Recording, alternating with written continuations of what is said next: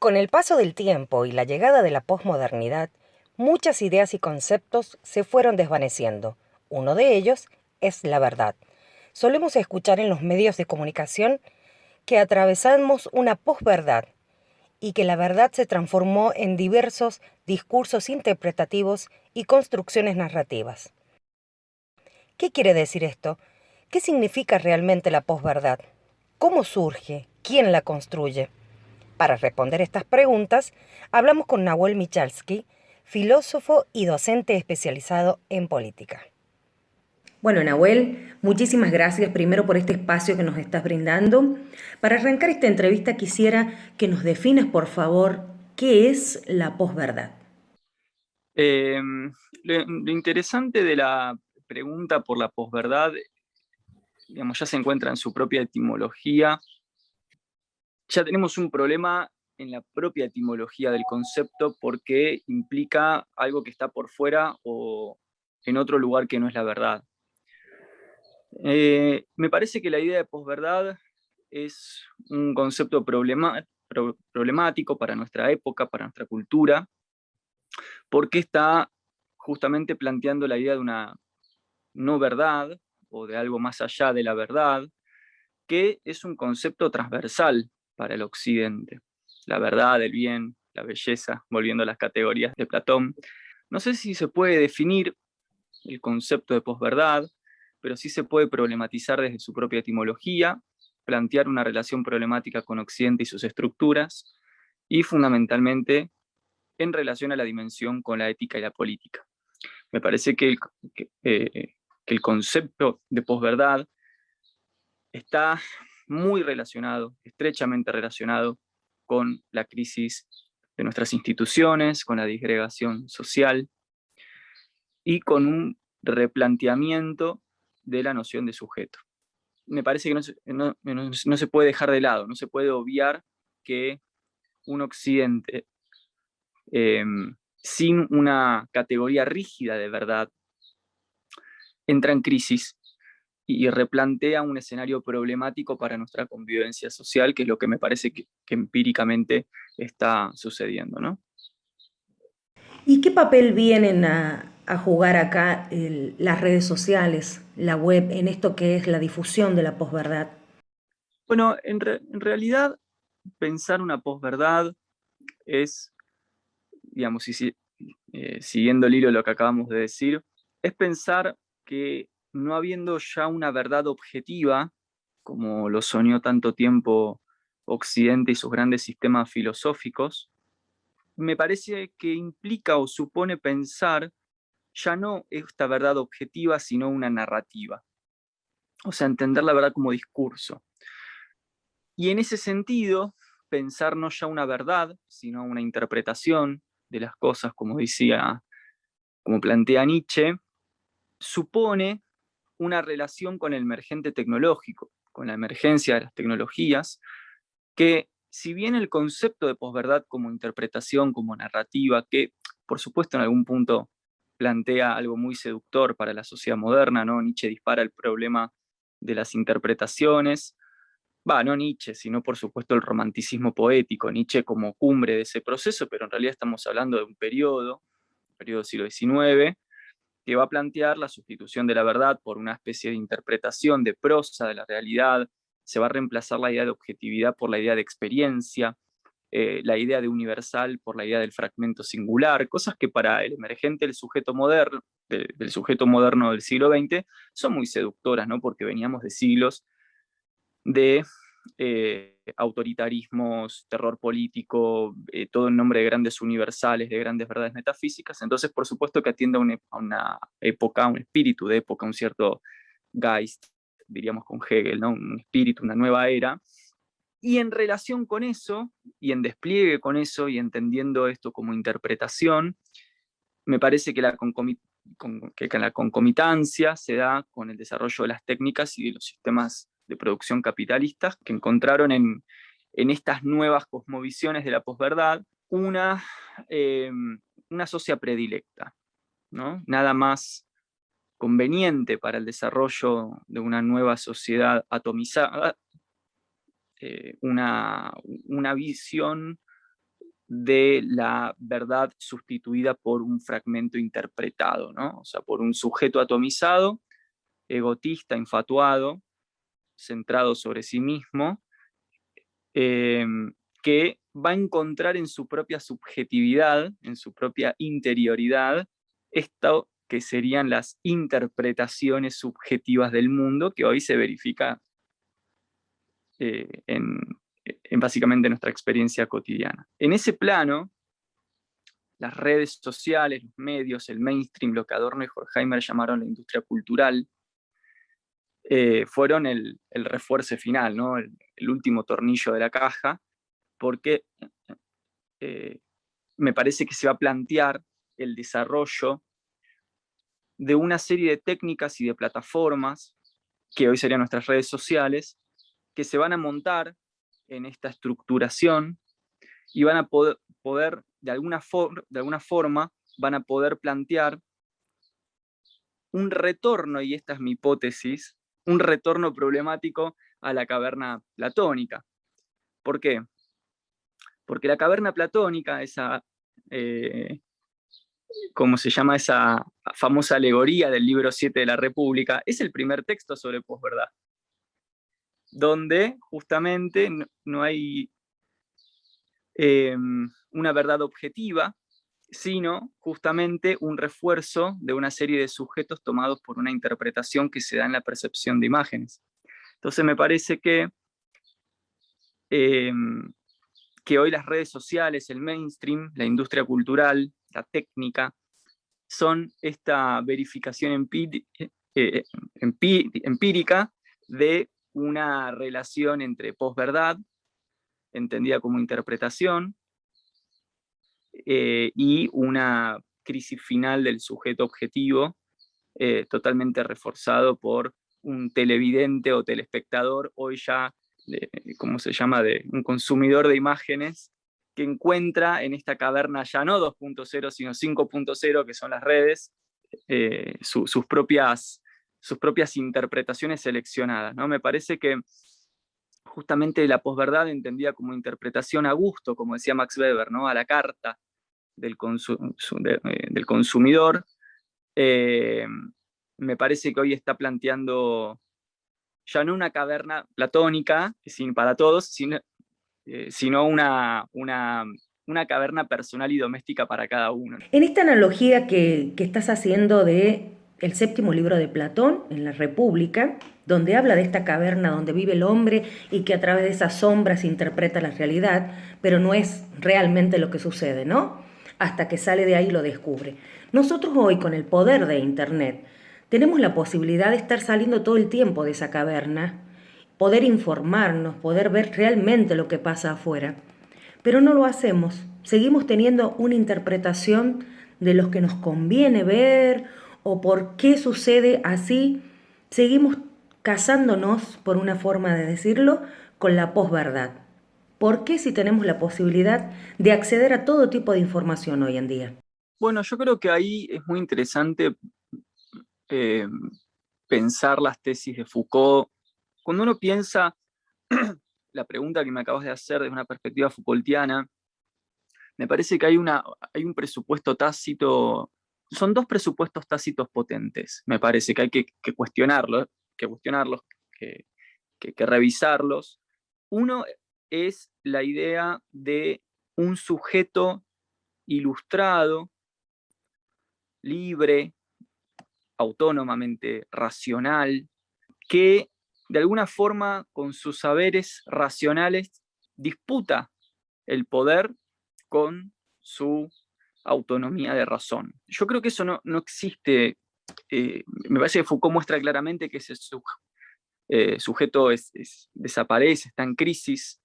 Me parece que hoy es muy dificultoso plantear la idea de que somos sujetos por fuera del poder, por fuera ¿cómo se llama?, de estas relaciones de poder y de subjetivación. Me parece que el trabajo de Foucault es plantear que justamente estamos subjetivados por relaciones de poder que nos condicionan en nuestra perspectiva, y que entonces esta oposición entre, ¿cómo se llama?, vamos a decirlo así, esta oposición entre el poder me oprime y yo entonces cambio de canal o elijo otro canal o elijo otro medio de prensa y de alguna forma me evito eso y miro para otro lado de forma autónoma, me parece que eso ya no es posible. Me parece que hay que entender que estamos al interior de una serie de relaciones de condicionamiento, donde el planteamiento es ya no un salirme del poder y ser libre con mi razón y autonomía, sino plantear espacios de unión colectiva y de resistencia, ¿no? De alguna forma, o de resistencia o sublevación o lo que sea, pero entendiendo que nunca estamos por fuera de ese entramado. El otro presupuesto tácito o subjetivo que me parece que hay que destronar es la idea de que somos subjetividades, ¿no? Me parece que hay que destronar la idea de la metafísica del yo, que presupone un yo estable, un yo transparente a sí mismo, un yo que se dice, uy, no, me están dominando, entonces eh, voy a dejar de ser dominado y voy a salir ¿no? Me parece que tenemos que entender que estamos transidos por un inconsciente, que no somos este sujeto cartesiano que tiene sus ideas claras y distintas y que puede bucear sobre sí. Me parece que ese inconsciente está lleno, digamos, que está lleno de imágenes, que no es transparente, y entonces me parece que esas dos cosas son importantes para responder la pregunta, digamos, porque si no se tienen en cuenta en sus presupuestos, caemos en la idea de que el poder es como algo, como lo plantea Foucault, ¿no? Como algo monolítico a lo cual uno puede oponerse sencillamente con una razón libre, ¿no? Entonces, en ese esquema que para mí es ficticio y problemático, uno puede pensar, bueno, elijo otra información, elijo otra prensa, elijo otros canales. Bueno, entonces nos preguntamos, es inevitable, ¿no? Preguntarnos qué sucede hoy con los medios de comunicación, cuál es el trabajo que debieran hacer los medios masivos de comunicación para que no se instale una posverdad. Pero ¿cómo lo observas vos hoy el trabajo de los medios masivos de comunicación? ¿Se instalan verdades a través de ellos o simplemente se limitan a comunicar lo que sucede en la realidad de las comunidades? Claro, exactamente, ¿no? Sin duda, para mí, el medio de, como una vez dijo un profesor en la facultad, los medios de desinformación son productores de interpretaciones, ¿no? Producen narrativas. Eh, digamos, no comunican, sino que producen interpretaciones que tienen la función intersticial de mediar los lentes kantianos, ¿no? Del sujeto trascendental kantiano, que se encargan de establecer las modalidades de relación que el sujeto tiene con el mundo. Y de esa forma no comunica, sino que producen subjetividades, digo, más que comunicación de datos, y de esa forma orientan el comportamiento de los sujetos con respecto a un mundo que de alguna forma terminan por, dentro de una perspectiva en la que la ontología, es decir, la relación, digamos, la relación que el sujeto tiene con el ser del mundo, está totalmente determinada por la percepción. Entonces, me parece que no podemos hoy, a la hora de pensar el comportamiento de la sociedad de masas, no podemos dejar de lado la relación que los medios de producción de interpretaciones, porque el medio de comunicación hace eso, ¿no? Produce interpretaciones, no se puede dejar de lado la relación que el sujeto tiene o guarda con esta ecuación que para mí es fundamental dentro de estas nuevas antropologías políticas, estas estéticas políticas, estas ideas en torno a la posverdad, que es la ecuación entre ontología y percepción. Es decir, la relación que el sujeto tiene con el mundo es hoy una relación, y esto es lo que muestra la fenomenología, totalmente determinada por un escorzo, ¿no? Totalmente determinada por un punto de vista, por una mirada, por un enfoque. Y esto que nos decís nos lleva a la pregunta inevitable: ¿a quién le conviene la posverdad? ¿A los medios masivos de comunicación? ¿A la sociedad? ¿O a los poderes políticos y empresariales? ¿A quién le conviene? Yo creo que para responder esa pregunta habría que separar dominio de poder. En digamos, separar dominio de poder y también separar dominio-poder de sujeción. Que me parece que me parece que ese es el gran aporte que hace la teoría crítica contemporánea, ¿no? Qué buena pregunta, me dejaste pensando. Si me preguntas a mí, yo te voy a responder como un benjaminiano, digamos, y esa es mi discusión con los Foucaultianos. Yo creo que la producción de interpretaciones, la función de los medios de comunicación, está totalmente acoplada a el dominio de las masas. Pero te respondo yo, digamos, me especializo en Benjamin, que es un pensador que dentro de esta relación entre dominio y poder se vuelca hacia la vara del dominio, o sea, de la dominación. Desde ese punto de vista, yo creo que es totalmente afín al dominio de las sociedades, es decir, de la sujeción, que me parece que es lo que, de alguna manera, los Foucaultianos lo van a llamar no dominio, sino sujeción, o técnicas de gubernamentalidad, donde no se habla tanto de un dominio seco, macizo, ¿no? Monolítico, sino más bien de producción de subjetividades y de comportamientos.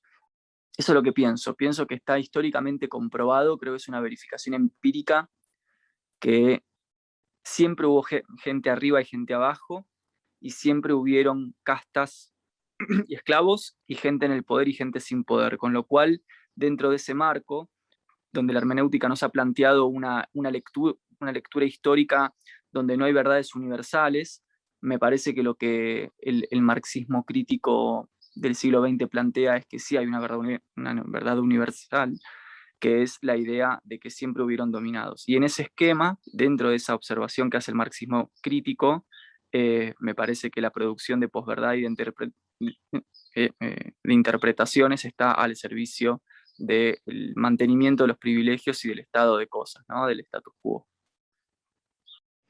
Ahora bien, ¿eso se deconstruye? ¿Deconstruimos?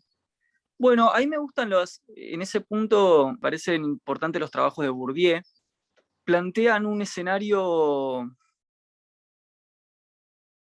donde más que de construcción de lo que hay que hablar, a ver, parto de esta base, yo no creo en la deconstrucción, personalmente, yo. Me parece que el concepto de deconstrucción es un concepto problemático y de hecho posverdadero. Me parece que es un concepto... Ay, para que me acalambré el piecito. Ahí está. Me estaba reacomodando, porque tengo los pies cruzados.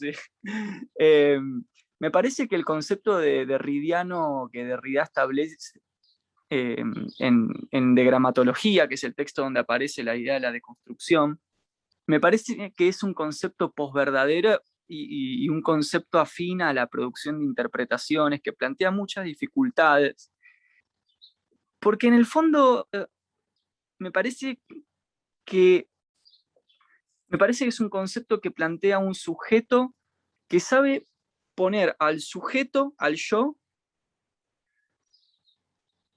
dentro de un lugar de acción propio. Y me parece que eso no es posible. Me parece que eso es una interpretación más. Y me parece que hay que evitar esa visión, porque es tan quimérica como la que el poder nos quiere hacer creer. Y entonces, dentro de ese esquema crítico de la idea de deconstrucción, hay que pensar no tanto en la deconstrucción, sino más bien en la revolución o en la acción colectiva. Más que pensar en una deconstrucción personal que espere de forma latente, ¿no? Apueste de forma latente a un yo que bucea sobre sí mismo y que dice, bueno, el lunes voy a empezar a deconstruirme. Y voy a terminar más o menos el viernes o el sábado. La semana que viene o la otra empiezo la acción de resistencia. Me parece que es un concepto latente, parasitario, afín a un estado de cosas, y entonces yo no confío mucho en ese concepto. Me parece más interesante el concepto de acción organizada o acción colectiva, donde lo que se plantea es una acción que Benjamin va a llamar acontecimiento, donde el acontecimiento es la organización espontánea y organizada en contra de una serie de situaciones bien determinadas donde el poder y la sujeción es clara, donde se está ejerciendo. Y bueno, me parece que eso es lo que hay que hacer. Hay que ser más espontáneos, como fue Chile hace 2 años, como fue Ecuador. Me parece que hay que plantear más que una deconstrucción a la francesa, un acontecer benjaminiano de carácter mesiánico u organizado, colectivo, que sencillamente diga no al estado de cosas. Y ese decir no, el no radical al estado de cosas, es un no que se da desde un lugar de, como dice Benjamin en el libro de los pasajes, un no totalmente radical, que no espera la deconstrucción de un sujeto que en última instancia no existe, ¿no? Que en última instancia es una quimera. Yo creo que, y acá me pongo un poco crítico del posmodernismo, del progresismo, pensado de una perspectiva posmoderna, y por eso al, plan, al plantear un yo que se deconstruye y que espera ser deconstruido, termina siendo afín a, a una latencia interminable, ¿no? Porque ¿cuándo te terminas de deconstruir? ¿No?